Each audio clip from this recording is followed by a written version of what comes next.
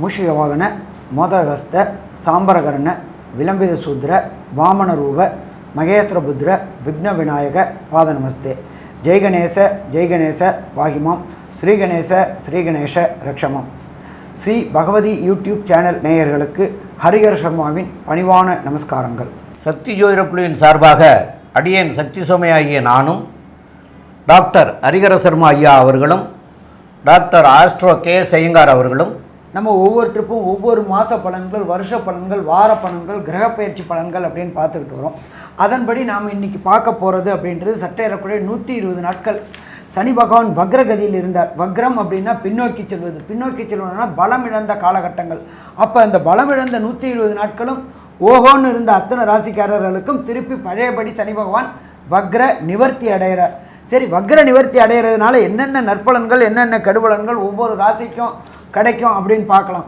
அதுக்கு முன்னாடி பார்ப்போம், சனி பகவான் அப்படின்னா யார் அப்படின்னாக்க கர்மக்காரகன், ஆயுள்காரகன் அப்படின்றது ஜோதிட சாஸ்திரத்தில் சொல்லியிருக்கிறது சனி பகவான். அதே போல் சனி கொடுப்பதை யாராலும் தடுக்க முடியாது, சனி கெடுப்பதையும் யாராலும் தடுக்க முடியாது. அதே போல் சனீஸ்வர பகவானை கண்ட்ரோல் பண்ணணும்னா 2 பேரால் தான் கண்ட்ரோல் பண்ணும். அவரோட அப்பாவான சூரியனாலே கண்ட்ரோல் பண்ண முடியாது.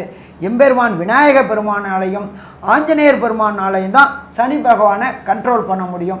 அப்படி இருக்கக்கூடிய காலகட்டங்களில் இத்தனை நாள் 120 நாளும் சந்தோஷமாக இருந்தவங்களுக்கு இப்போ அவர் சதய நட்சத்திரம் 3ஆம் பாதத்தில் கும்பராசியில் வரார். ஒரு சில சங்கடங்களை கொடுக்கக்கூடிய வாய்ப்புகள் உண்டு. அதுலேயும் பார்த்தோம் அப்படின்னா ஒரு சில ராசிக்காரங்களுக்கு சனி தசை சனி புக்தியோ அல்லது ராகு தசை ராகு புக்தியோ நடந்தால் கடுமையான கெடுபலன்களை கொடுக்கக்கூடிய வாய்ப்புகள் உண்டு. என்ன சாமி நீங்கள் பாட்டு ஆரம்பத்திலே பயமுறுத்துறீங்களே, ஒன்றே உண்மை உங்களுக்காக எனக்காக மாறாது. மாற்றம் என்ற வார்த்தையை தவிர பாக்கியெல்லாம் மாறக்கூடியது. அதே போல் உண்மை எப்போதுமே மாறாது. அப்போ இந்த சனி தசை சனி புக்தி அல்லது ராகு தசை ராகு புக்தி, சுயதசை சுயபுக்தி அடைகிறவங்களுக்கு பிரச்சனைகள் வரக்கூடிய வாய்ப்புகள் உண்டு. அதுக்கு அடுத்தது பார்த்தோம் அப்படின்னா இவர் எப்போ மாறுறாரு அப்படின்னு பார்த்தாக்க நிகழும் மங்களகரமான குரோதி வருஷம் ஐப்பசி மாதம் 18ஆம் தேதி தமிழ் தேதிக்கு, ஆங்கில தேதிக்கு 4/11/2024 திங்கட்கிழமை சனி பகவான் வக்ர நிவர்த்தி அடைகிறார். வக்ர நிவர்த்தி அடைகிறது அப்படின்ற பொறுத்தளவுக்கு சனி பகவான் பலம் பெறக்கூடிய நாட்கள் இந்த காலகட்டங்கள்.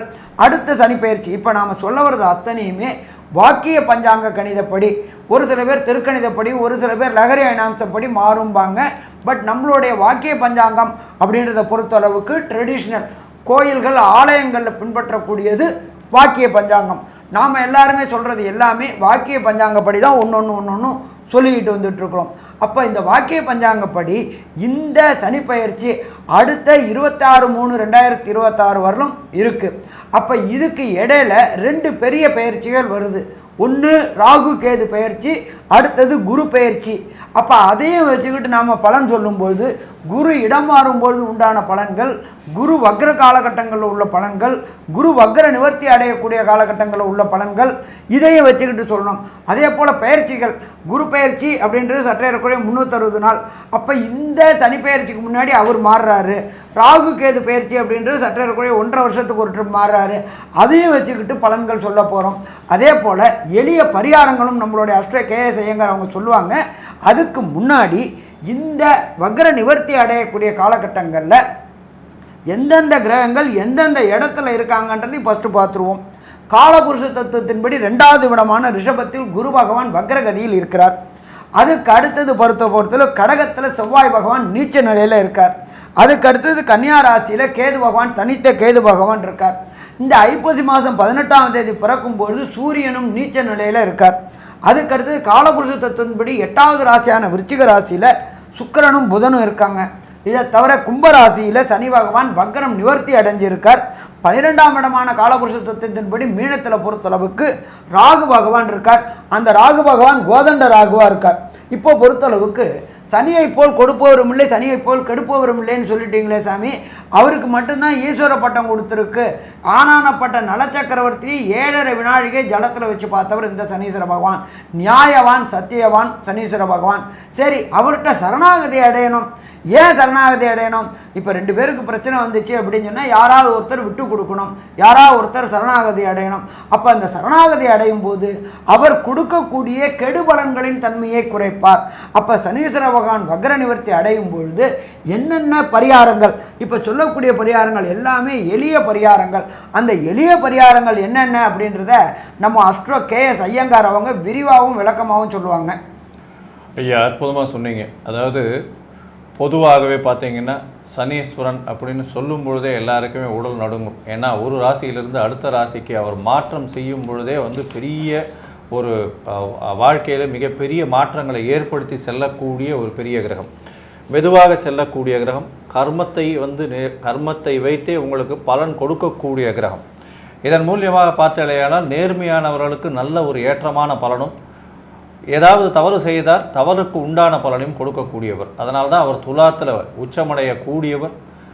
அதை தவிர அவருடைய ராசின்னு சொல்லக்கூடியது 10, 11ஆம் இடம் காலபுருஷ தத்துவத்தின் பிரகாரம் அப்படின்னு சொல்லக்கூடிய கர்மஸ்தானம், லாபஸ்தானத்தை அவருடைய கண்ட்ரோலில் வச்சுருக்கார். அதனால் உங்களுக்கு வர வேண்டியது, நியாயமாக வர வேண்டியது எல்லாமே வந்து சனி பகவானால் கொடுக்கப்படும். தவறாக செய்தார்களேயானால் அதற்குண்டான தண்டனையும் அதற்கேற்றாற்போல் வழங்கப்படும்.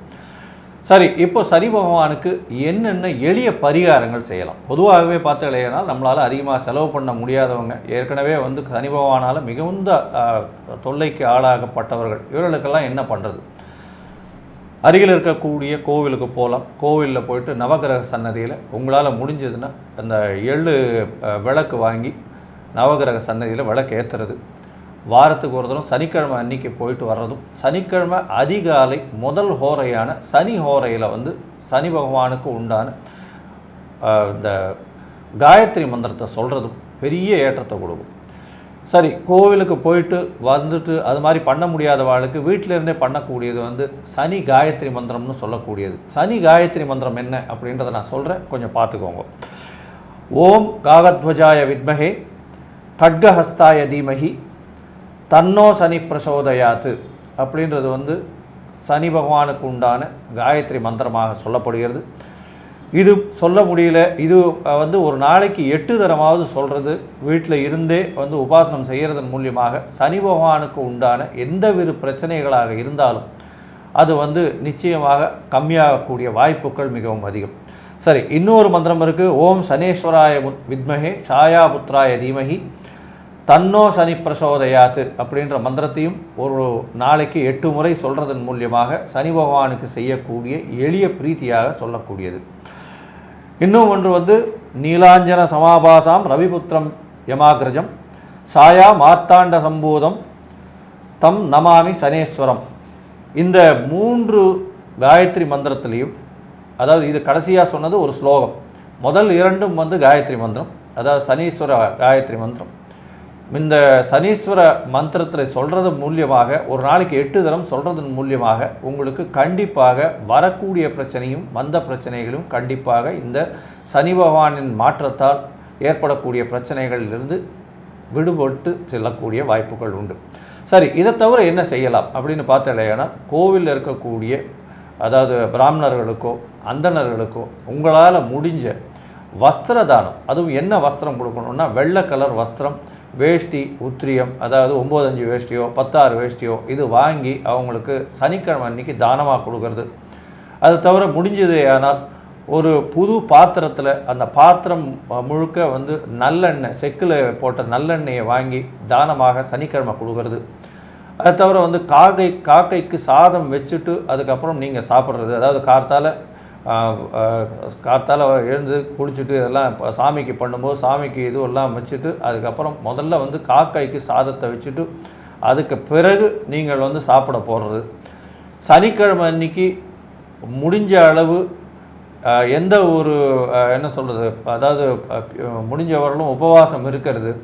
சனி பிரதோஷ காலம் வந்ததுன்னா சனி பகவானை தரிசிக்கிறதும் சிவன் கோயிலுக்கு போயிட்டு வர்றதும் பெரிய ஏற்றம். வாரம் வந்து ஆஞ்சநேயரையும் அதை தவிர வந்து விநாயகரையும் சேவிச்சுட்டு வர்றது பெரிய ஏற்றத்தையும் மாற்றத்தையும் கொடுக்கும். ஏன்னா சனியை கட்டியவர்கள் இவர்கள் 2 பேர் அப்படின்னு சொல்கிறதுனால இந்த விஷயங்கள்லாம் வந்து எளிதாக பண்ணலாம். அதை தவிர பார்த்தாலேனால் உங்களால் கொஞ்சம் செலவு பண்ண முடியும் அப்படின்னா இந்த ஃபிசிக்கலி சேலஞ்சு கால் ஊனமுற்றவர்களுக்கு உங்களால் முடிஞ்ச இரும்பு இல்லைன்னா வந்து தோல் சம்பந்தமான, அதாவது தோல்னால் வந்து அவங்களுக்கு லெதரில் ஷூஸு அந்த மாதிரியான விஷயங்கள் வாங்கி கொடுக்கறது மூலியமாக, இல்லை இரும்பு சம்பந்தமானன்னா அந்த இரும்பு சக்கர வண்டிகள் அந்த மாதிரியான விஷயங்கள், இல்லைன்னா ஃபிசிக்கலி சேலஞ்சு இந்த சில்ட்ரன்ஸ் படிக்கிற ஸ்கூலுக்கு உங்களால் ஏதாவது டொனேட் பண்ணுறது, டொனேஷன்னா காசாக கொடுக்காமல் பொருளாக வாங்கி கொடுக்கக்கூடிய விஷயங்கள் பண்ணுறது. ஆனால் அது தவிர பார்த்தாலேயானால் ஏழை எளிய மக்களுக்கு உங்களால் முடிஞ்ச, அதாவது துப்புரவு தொழிலாளர்கள் அவங்களுக்கெல்லாம் உங்களால் முடிஞ்ச அளவுக்கு இந்த கோட் வாங்கி கொடுக்கறது, கையில் க்ளவுஸ் வாங்கி கொடுக்கறது, லெதர் சம்பந்தமான, அது தவிர வந்து தோல் சம்பந்தமான, இரும்பு சம்பந்தமான விஷயங்கள், உடல் உழைப்பை நம்பி இருக்கிறவங்க, அதாவது இந்த கல் உடைக்கிறவங்க, மரம் மறுக்கிறவங்க, இவங்களுக்கெல்லாம் வந்து இரும்பு சம்பந்தமான ஆக்ஸா இது வாங்கி கொடுக்கறது, ரம்பம் இல்லைன்னா வந்து இந்த இது கடப்பாறை, மம்முட்டி இந்த மாதிரியான விஷயங்கள் சனிக்கிழமை அன்னைக்கு அவங்கள வர சொல்லி பொருளை தானமாக கொடுக்கணும். காசு தானமாக கொடுக்கக்கூடாது, பொருளை மட்டும் தானமாக கொடுக்கறதன் மூலியமாக உங்களுக்கு வரக்கூடிய எல்லா விதமான சனீஸ்வர பகவானின் பிரச்சனைகளிலிருந்து நிச்சயமான விடுதலை கிடைக்கக்கூடும் அப்படின்றத சொல்கிறோம். இப்போது மேஷம் முதல் மீனம் வரை ஒரு ராசியாக இந்த சனி வக்ர நிவர்த்தி பயிற்சி எப்படி இருக்குது அப்படின்றத பார்ப்போம். பார்த்துட்டு அதுலேயும் ஒரு ராசிக்கும் எந்தெந்த கோவில்களுக்கு போனால் உங்களுக்கு ஒரு பெரிய ஏற்றம் கிடைக்கும் அப்படின்றத இப்போ ஒன்றா பார்க்கலாம். சிம்மராசி நேயர்கள், அதாவது மக நட்சத்திரம், பூர நட்சத்திரம், உத்திர நட்சத்திரம், இதில் 9 பாதங்கள் கொண்டது. மக நட்சத்திரம் ஃபுல்லாக, பூர நட்சத்திரம் ஃபுல்லாக, உத்திர நட்சத்திரத்தில் 1ஆம் பாதம் மாத்திரம். இந்த 9 பாதம் கொண்டவர்கள் சிம்மராசி நேயர்கள். இந்த சிம்மராசி நேயர்களுக்கு வந்து 7ஆம் இடத்து அதிபதியாகிய சனி பகவான் 7ஆம் இடத்திலே இருக்கிறது அவ்வளவு சிறப்பான காலம் அப்படின்னு சொல்றதுக்கு இல்லை. அதே போல 8ஆம் இடத்துல ராகு இருக்கிறதும் அவ்வளவு சிறப்பு அப்படின்னு சொல்றதுக்கு இல்லை. அதனால அவருடைய பார்வைகள் அப்படின்னு சொல்லக்கூடியது சனி பகவானுடைய, அதாவது இப்போ வந்து நம்ம வந்து வக்கர நிவர்த்தி பலன்களை பற்றி பார்க்கிறோம். அப்போ வக்கரம் நிவர்த்தி ஆகிறது வரைக்கும் கூட ஓரளவு நல்லா இருந்தது. இந்த வக்கரம் நிவர்த்தி ஆனதுக்கு அப்புறம் தெளிவடையக்கூடிய காலமாக இல்லை. அப்போ அவருடைய பார்வை வந்து 3ஆம் பார்வையாக 9ஆம் இடத்துல விழுகிறதுனால உங்களுடைய ராசி அதிபதி சூரியன் அவரும் வந்து இந்த மாதம், அதாவது இப்போ இந்த மாறுற காலத்துல அவரும் நீச்சமாகி 7ஆம் பார்வையில் 9 பார்க்கிறார். அப்போ தகப்பன் கிரகம் தகப்பன் ஸ்தானத்தை பார்க்கிறார், சனி பகவானும் தகப்பன் ஸ்தானத்தை பார்க்கிறார். அப்போ தகப்பனுடைய உடல்நிலையில் தொல்லைகள் கொடுக்கறதுக்கு வாய்ப்புகள் உண்டு. அவங்கள நல்ல விதமாக கவனித்து பார்த்துக்கிற வேண்டியது. உங்களுக்கும் வந்து தொல்லைகள் நிறைய இருக்கும். ஆக மொத்தத்தில் சுமாரான காலமாக அமையக்கூடிய காலமாகத்தான் இருக்கிறது. மேலும் உள்ள விவரங்களை பற்றி நம்முடைய டாக்டர் KS ஐயங்கார் அவங்க சொல்லுவாங்க. அற்புதமாக சொன்னீங்க. அதாவது சிம்ம ராசியை பொறுத்தவரையிலும் சமசப்தமம்னு சொல்லக்கூடிய 7ஆம் இடத்தில் ஆட்சி பெற்ற சனி பகவான். பொதுவாகவே வந்து ஜோதிட சாஸ்திரத்தில் சொல்றது என்னன்னா, கடகம் சிம்மம் மகரம் கும்பம் இதுக்கு வந்து சப்தமாதிபதிகள் வலுப்படக்கூடாது அப்படின்னு சொல்லக்கூடியது. ஏன்னா அதில் வலுப்பெற்றால் பிரச்சனைகள் அதிகமாக இருக்கும். சரி, இப்போ வந்து 7ஆம் இடத்துல சனி பகவான் ஆட்சி பெற்று போயிருக்கார், வக்கர நிவர்த்தியம் அடைஞ்சிட்டார். இப்போ என்ன ஆக போகுது அப்படின்னு பார்த்தோம்னா, எதிராளிகள் அதிகமாகக்கூடிய வாய்ப்பு, உங்களுடைய நண்பர்களே பகைவராகக்கூடிய வாய்ப்பு, பார்ட்னர்ஷிப் பிஸ்னஸ்ல நிச்சயமாக பிரச்சனைகள் வரக்கூடிய வாய்ப்பு, தொழிலில் பெரிய ஏற்றம் இல்லாமல் அடிபடக்கூடிய வாய்ப்பு, உடல்நிலையில செட்பேக் இருக்கக்கூடிய வாய்ப்பு. செட்பேக்னா உங்களுக்கு உடல்நிலையில பின்தங்கக்கூடிய வாய்ப்புகள் மிகவும் அதிகம். இப்போ உடல்நிலையும் பிரச்சனையில இருக்கும், பார்ட்னர்ஷிப் வியாபாரம்னு சொல்லக்கூடிய கூட்டு தொழிலையும் பிரச்சனைகள் நிச்சயமாக இருக்கும். சரி, சொந்த தொழில் எப்படி இருக்கும் அப்படின்னு பார்த்தோமேனா, தனியாக செய்யக்கூடிய சொந்த தொழில் எப்படி இருக்கும் அப்படின்னு பார்த்தோமேனால் 10ஆம் இடத்தில் குரு வக்கரமாயிடும். உங்களுடைய மிகப்பெரிய சுபர் அப்படின்னு சொல்லக்கூடிய 5ஆம் அதிபதியானவர் அவர் 10ஆம் இடத்துல வந்து வக்கரகதியில் இருக்கார். இந்த காலகட்டத்தில், அதாவது குரு பயிற்சி வரலும் பார்த்தீங்கன்னா, இந்த காலகட்டத்தில் உங்களுக்கு ஒரு பெரிய பின்னடைவு ஏற்படக்கூடிய வாய்ப்புகள் உண்டு. அதாவது குரு பயிற்சி, ராகு கேது பயிற்சியை பற்றி நம்ம வந்து வரும்பொழுது அதை பார்ப்போம். ஆனால் சனி பகவான் தன்னுடைய சமசப்தமத்தில் போய் உட்கார்ந்து ஆட்சி பெற்று இருக்கக்கூடிய காலகட்டத்தில் எதிர்பார்த்தவர் மூலியமாக நிச்சயமாக பிரச்சனை வரும். தொழிலாளர்கள் மூலியமாக பிரச்சனை வரும். ஒரு வியாபார ஸ்தலம் பண்ணிட்டு இருக்காங்க சிம்மராசிக்காரர் அப்படின்னா அவர்களுக்கு தொழிலாளர்கள் மூலியமாக நிச்சயமாக பிரச்சனைகள் வரக்கூடிய வாய்ப்புகள் உண்டு. அதை தவிர அட்மினிஸ்ட்ரேஷன், ஹியூமன் ரிசோர்ஸ், ஹெச்ஆர்ல இருக்கிறவங்க, அட்மினிஸ்ட்ரேஷன்ல இருக்கிறவங்களுக்கெல்லாம் அவர்களுடைய அதாவது முதலாளியோ அவங்களுடைய மேனேஜர்னு சொல்லக்கூடிய இவங்க அவங்களுக்கு மேலே இருக்கக்கூடியவர்கள் மூலியமாக பிரச்சனைகள் அதிகமாக வரும். மென்டல் ஸ்ட்ரெஸ் அதிகமாக இருக்கும். உடல் நலத்தில் பிரச்சனைகள் இருக்கக்கூடிய காலகட்டமாக அமைய போகிறது. உங்களுடைய சுகங்கள் கிடக்கூடிய வாய்ப்புகள் நிச்சயமாக இருக்கும். புதிய வீடு மனை, அதாவது உங்களுடைய வீடு மனைகள் விற்கக்கூடிய வாய்ப்புகள் நிச்சயமாக வரும். இந்த காலகட்டத்தில் என்ன 10ஆம் இடத்துல 10ஆம் பார்வையாக சனி பகவான் உங்களுடைய ராசிக்கு 4ஆம் இடத்தை பார்க்கறதுனால கண்டிப்பாக இந்த காலகட்டத்தில் வரும். தாயின் உடல்நிலையில் சற்று பின்னடைவு ஏற்படக்கூடிய வாய்ப்புகள் நிச்சயமாக உண்டு. மொத்தமாக பார்த்தீங்கன்னா இந்த சனி சப்தமத்தில் இருக்கிறதுனால உங்களுடைய உடல்நிலைக்கு பெரிய பிரச்சனை இருக்கும். உங்களுடைய தாய் தந்தையின் உடல்நிலையிலையும் பிரச்சனைகள் இருக்கும். தொழிலில் பின்னடைவு இருக்கக்கூடிய காலகட்டம். அதை தவிர பார்த்தீங்கன்னா எதிர்பாலினத்தோர் மூலியமாக பிரச்சனைகள் வரும். பார்ட்னர்ஷிப் வியாபாரத்தில் பிரச்சனைகள் வரும். இந்த காலகட்டத்தில் உங்களுக்கு ஒரு நல்ல ஒரு விசேஷம் அப்படின்னா அடுத்த வருஷம் குரு மாற்றமாகி 11ஆம் இடத்துல வர்றதன் மூலியமாக எல்லா விதமான லாபங்களையும் சம்பாதிக்கக்கூடிய வாய்ப்புகள் வரும். சரி, இப்போ பொதுவாகவே இந்த குருவினுடைய மாற்றமும் ராகு கேதுவினுடைய மாற்றமும் எந்த அளவுக்கு இந்த சிம்ம ராசிக்காரர்களுக்கு இருக்கும் அப்படின்றது டாக்டர் ஹரிஹரசர்மா ஐயா கிட்ட கேட்கலாம். ஐயா நல்லா மிக அற்புதமாக சொன்னீங்க. சிம்ம ராசி அப்படின்னாலே ஆளும் கிரகம் சூரியன். இந்த சனி வக்ர நிவர்த்தி ஆகக்கூடிய காலகட்டங்களில் ஆளும் கிரகமான சூரியனே நீச்சமடைஞ்சு பலம் இழந்து போயிருக்காரு. எப்பொழுதுமே நம்மளோட ஜோதிட சாஸ்திரத்தில் சொல்கிறது அப்படின்றது சூரியனுடைய ஒளியை வாங்கி தான் மற்ற கிரகங்கள் அத்தனையும் செயல்படுதுன்றது ஜோதிட சாஸ்திரத்தில் சொல்லப்பட்டிருக்கு. அப்படியேப்பட்ட உங்களுடைய ராசியாதிபதியான சூரிய பகவானே நீச்சமடைஞ்சு போயிட்டாரு. அப்போ ஆரம்பமே அவுட்டா? ஆரம்பமே அவுட்டு. சரி, 2ஆம் இடத்துல கேது பகவான் இருக்காரு. இந்த 2ஆம் இடத்துல இருக்கிற கேது பகவான் அக்டோபர் மாதம் உங்கள் ராசிக்கே வராரு. அவரை சதசப்தமாக சனி பகவானும் பார்க்குறாரு. அன்ஐடென்டிஃபிகேஷன் டிசீசஸ், இந்த கேது அப்படின்றது நுண்கிருமியினால் பரவக்கூடிய அன்ஐடென்டிஃபிகேஷன் டிசீசஸ் வரக்கூடிய வாய்ப்புகள் உண்டு. அதனால இந்த சிம்ம ராசியை சேர்ந்த அன்பர்கள் அத்தனை பேருமே வெளியில உணவு உண்பதை தவிர்ப்பது மிகச்சிறந்தது. வீட்டிலேயே பண்றதை சாப்பிட்றது சிறப்பு. அதோடு பார்த்தோம்னா சூடாக இருக்கிற உணவுகளை சாப்பிட்றது மிக சிறப்பு. ஆறி போனதோ பாக்டீரியா கிருமிகள் இருக்கிற உணவை சாப்பிட்டா நோய் நொடி இன்னும் வீரியம் வரக்கூடிய வாய்ப்புகள் உண்டு. அதனால இந்த சிம்மராசி என்பர்கள் இந்த காலகட்டங்களை இதை செய்யணும். சரி, அடுத்தது சரி, இதை தவிர ஜோதிட சாஸ்திரத்தை பொறுத்தளவுக்கு 10ஆம் இடத்தில் குரு பகவான் வந்தால் பதவியும் பறிபோகும் என்றார்கள். அப்போ இந்த 10ஆம் இடத்துல உள்ள குரு பகவான் வந்தாரு. ஏற்கனவே உத்தியோகத்தில் ஆட்டப்பாட்டம் கொண்டாட்டமாக இருந்துகிட்டு இருக்கு. அந்த கொண்டாட்டம் கூடக்கூடிய வாய்ப்புகள் உண்டு. எதுவரையிலும் கூடக்கூடிய வாய்ப்புகள் உண்டு. உங்களுடைய லாபஸ்தானத்தில் 11ஆம் இடத்துல குரு பகவான் வரக்கூடிய காலகட்டங்கள். அப்போ 11/5/2025 வரையிலும் சிம்மராசி என்பர்கள் உங்களுடைய மேலதிகாரியும் சரி உங்களுடைய கீழதிகாரியும் சரி சொல்றத சிறமேற்கொண்டு ஆமா ஆமான்னு செஞ்சுட்டு போனீங்கன்னா பிரச்சனை கிடையாது. எதிர்த்து கேள்வி கேட்டு ஏன் எதனால் அப்படின்னு கேள்வி கேட்டோம்னா கண்டிப்பாக தொழிலில் பிரச்சனைகள் வரக்கூடிய வாய்ப்புகள் உண்டு. ஒரு இதில் பொறுத்தளவுக்கு பிரச்சனை வரக்கூடிய வேலை பார்க்குற இடத்துலையும் பிரச்சனை வாய்ப்புகள் உண்டு. அதனால் இந்த காலகட்டங்கள் பொறுத்தளவுக்கு சிம்ம ராசிக்காரங்க ரொம்ப எச்சரிக்கையாக இருக்கணும். சரி, அதுக்கு அடுத்தது ராகு கேது பகவான் மாறுறாங்க. ராகு கேது பகவான் எங்கே மாறுறாரு? உங்களுடைய ராசியில் கேது பகவானும் உங்களுடைய சப்தமஸ்தானமான சனி பகவான்ல ராகு பகவானும் வர. ஏற்கனவே இங்கே அல்லோலப்பட்டு இருக்கிறது. அடுத்தது மொத்தமும் காலியா அப்படின்னா காலி. அப்போ ரொம்ப ரொம்ப ரொம்ப ரொம்ப ரொம்ப ரொம்ப எச்சரிக்கையாக இருக்கணும். என்னென்ன விதத்தில் எச்சரிக்கையாக இருக்கணும்? யாருக்கும் வாக்குறுதி கொடுக்கறதுல எச்சரிக்கையாக இருக்கணும். யாருக்கிட்டையும் டிபேட்டு அன்னெசரி ஆர்கியூமெண்ட் பண்ணுறதுலையும் ரொம்ப கேர்ஃபுல்லாக இருக்கணும். அதே போல் யார்கிட்டையும் கடன் வாங்குறது கடன் கொடுக்கறது ரெண்டுலேயும் எச்சரிக்கையாக இருக்கணும். கடன் வாங்கினீங்கனாலும் அதை திருப்பி கொடுக்க முடியாது. நீங்கள் கடன் கொடுத்தாலும் அதுவும் திருப்பி வராது. இது எத்தனை வருஷ காலகட்டங்களுக்கு? 2026 மார்ச் வரையிலும்.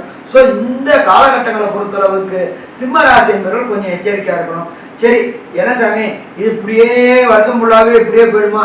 எனக்கு ஐசியூலேருந்து ஜென்ரல் வார்டுக்கு வரதுக்கான வாய்ப்புகள் உண்டாகுமா? கண்டிப்பாக உண்டாகும். 11/5/2025 11ஆம் இடத்துல குரு பகவான் வர. வக்ர நிவர்த்தி ஆகிறார். அப்ப அந்த வக்ர நிவர்த்தி அடையும் பொழுது அவர் அள்ளி கொடுப்பார். இதுவரையிலும் கிள்ளி கொடுத்துட்டு இருந்தவர் அள்ளி கொடுப்பார். அப்ப அந்த அள்ளி கொடுக்கக்கூடியதை அனுபவிக்கக்கூடிய பாக்கியங்கள் நமக்கு கிடைக்கும். அப்ப அது வரையிலும் கொஞ்சம் பொறுமையா இருந்தோம்னாக்க சாதிக்கலாம். இதை தவிர அந்த குரு பகவானை பொறுத்தளவுக்கு உங்களுடைய ராசியின் 3ஆம் இடமான முயற்சி ஸ்தானத்தை பார்க்கிறார். எப்போ பார்க்குறாரு அப்படின்னா 11/5/2025 அப்புறம். அப்போ 11/5/2025 அப்புறம் செய்யக்கூடிய முயற்சிகள் அத்தனையுமே வெற்றி வெற்றி வெற்றி கிடைக்கக்கூடிய வாய்ப்புகள் உண்டு. இதை தவிர பிரகஸ்பதியான குரு பகவான் உங்களுக்கு 11ஆம் இடத்துல இருந்துக்கிட்டு அவருடைய விசேஷ பார்வை அப்படின்றது உங்களுடைய 6ஆம் இடத்தை பார்க்குறார். 6ஆம் இடம் அப்படின்றது ரண ரோக சத்ருஸ்தானம்.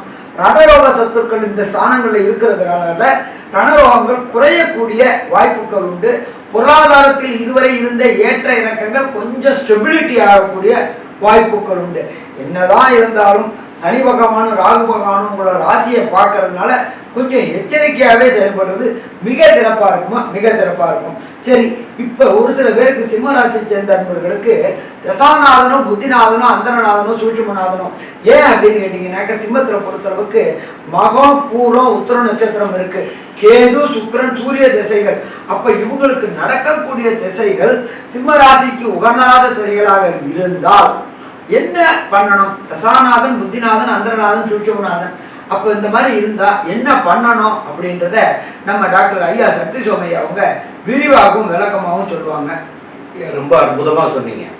பொதுவாக சிம்மராசிக்காரர்களுக்கு சனி ராசியை பார்ப்பதும் 7ஆம் இடத்துல சனி இருப்பதும் அவருடைய பார்வைகள் விடுகிறதும் எல்லாமே சரியான முறையில் இந்த சனியினுடைய காலகட்டம் அப்படின்னு சொல்லக்கூடிய காலகட்டம் வரைக்கும் மற்ற கிரகங்களை பற்றி நான் சொல்லவே வரல. ஒன்லி சனீஸ்வரனை மாத்திரம்தான் நான் சொல்கிறேன். அது சரியில்லாத சூழ்நிலைகள் இருக்கிறதுனால ரொம்ப கவனமாக ஐயா சொன்னது மாதிரியா 2 பேரும் சொன்னது மாதிரியா கவனமாக இருக்கிறது தான் மிகச்சிறப்பு. கவனக்குறைவு ஏற்பட்டாலே நமக்கு பெருத்த அடிகள் வர்றதுக்கு உண்டான வாய்ப்புகள் மிக மிக அதிகமாக இருக்குது. இந்த காலகட்டத்தில் ஏற்கனவே ஐயா சொன்னாங்க இந்த சனீஸ்வரனுக்கு என்னெல்லாம் பண்ணலாம் அப்படிங்கிறதெல்லாம் ரொம்ப அற்புதமாக சொன்னாங்க. அதில் காயத்ரி மந்திரம் சொன்னாங்க, தான தர்மங்கள் பண்ணணுங்கிறத சொன்னாங்க, எப்படி வழிபடணுங்கிறத சொன்னாங்க. அதுகளையெல்லாம் கடைப்பிடிச்சிட்டு வந்தால் கூட இது அதுக்கு மேலே உங்களுக்கு தொல்லைகள் தரக்கூடியது சூழ்நிலைகள் தான் மிக மிக அதிகமாக இருக்குது. அதனால் இந்த விழுப்புரம் மாவட்டத்தில் விழுப்புரத்துக்கு பக்கத்தில் திருமுடீஸ்வரம் அப்படின்னு ஒரு இடம் இருக்குது. அங்கே ஒரு சனிக்கிழமை இன்னைக்கு போய் அங்கே உள்ள சனி பகவானையும் அங்கே உள்ள சிவபெருமானையும் வணங்கிட்டு வந்தீங்கன்னா ஓரளவு இந்த தாக்கத்திலிருந்து குறையக்கூடிய வாய்ப்புகள் மிக மிக அதிகம். ஒரு சனிக்கிழமையாவது போயிட்டு வாங்க. இந்த காலகட்டத்துக்குள்ள எவ்வளவு சீக்கிரம் போக முடியுமோ அவ்வளவு சீக்கிரம் போயிட்டு வர்றது நல்லது. ஏன்னு கேட்டால் இதனுடைய தாக்கம் குறையும் அப்படிங்கிறக்காக சீக்கிரமாக போயிட்டு வாங்கன்னு சொல்கிறோம். அப்போ எவ்வளவு சீக்கிரமாக போயிட்டு வர முடியுமோ போயிட்டு வாங்க. சனிக்கிழமை இன்னைக்கு ஐயா சொன்ன தான தர்மங்கள் பண்ணுங்கள். கண்டிப்பாக ஏழை எளிய மக்களுக்கும் படிக்க வசதி இல்லாத குழந்தைகளுக்கு படிப்புக்காக தானமும், ஏழை எளிய குழந்தைகளுக்கு வஸ்திர தானமும், இந்த ஊனமுற்றவர்களுக்கு அவங்களுக்கு வேணுங்கிற உதவியாக, அதாவது அந்த ஊனத்தை இப்போ ஒரு வண்டி இருந்தால் தான் போகலான்னா அந்த அவங்களுக்கு வேணுங்கிற சைக்கிள் மாதிரி அவ்வளோ வண்டியை செஞ்சு கொடுக்கலாம். இல்லைன்னா தாங்கி பிடிக்கிற கோடுகளாக செய்து கொடுக்கலாம் இரும்புகளில். இதெல்லாம் பண்ணினீங்கன்னா உங்களுக்கு சனீஸ்வரனால் வரக்கூடிய தாக்கத்தில் இருந்து நன்மைகள் கிடைக்கக்கூடிய வாய்ப்புகள் மிக அதிகமாக மாறும். அதனால் அதெல்லாம் தான தர்மங்களை எல்லாம் பண்ணுங்க. மேலும் உள்ள விவரங்களை பற்றி நம்முடைய ஆஸ்ட்ரோ கேஎஸ் ஐயங்கிறவங்க சொல்லுவாங்க. ஐயா, சிம்மராசியை பொறுத்தவரையிலும் சனி வக்ர நிவர்த்தி ஒரு ஏற்றமானதாக இருக்காது. ஏன்னா சனி பகவான் சமசப்தமத்தில் இருக்கிறதுனால உடல் நலத்தில் பாதிப்பு ஏற்படும். எதிர்பாலின தவறை அதிகமாக நம்ப வேண்டாம். நண்பர்கள் மூலியமாக பிரச்சனைகள் வரக்கூடிய வாய்ப்புகள் உண்டு. இதை தவிர பார்த்தேனால் பார்ட்னர்ஷிப் பிஸ்னஸ், அதாவது கூட்டு தொழிலில் ஆதாயங்கள் குறைவு, லாபங்கள் இல்லாமல் நஷ்டத்தில் போகக்கூடிய வாய்ப்புகள் நிச்சயமாக உண்டு. உங்களுடைய சொந்த தொழிலையும் பிரச்சனைகள் அதிகமாக இருக்கக்கூடிய காலகட்டமாக அமைய போகிறது.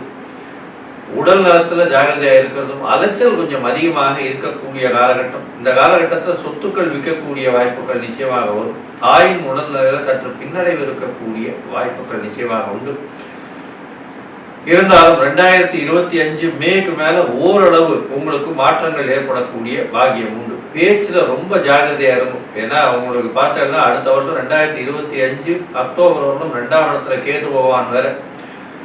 நீங்கள் சொல்லக்கூடியதை தவறுதலாக புரிந்து கொண்டு அதன் மூலியமாக பிரச்சனைகள் அதிகமாக இருக்கக்கூடிய காலகட்டமாக இருக்கும். அதனால முடிஞ்சவர்களும் பொறுமையா காக்கிறது ரொம்ப நல்லது. பேச்சுல ரொம்ப ஜாகிரதையா இருக்கிறது நல்லது.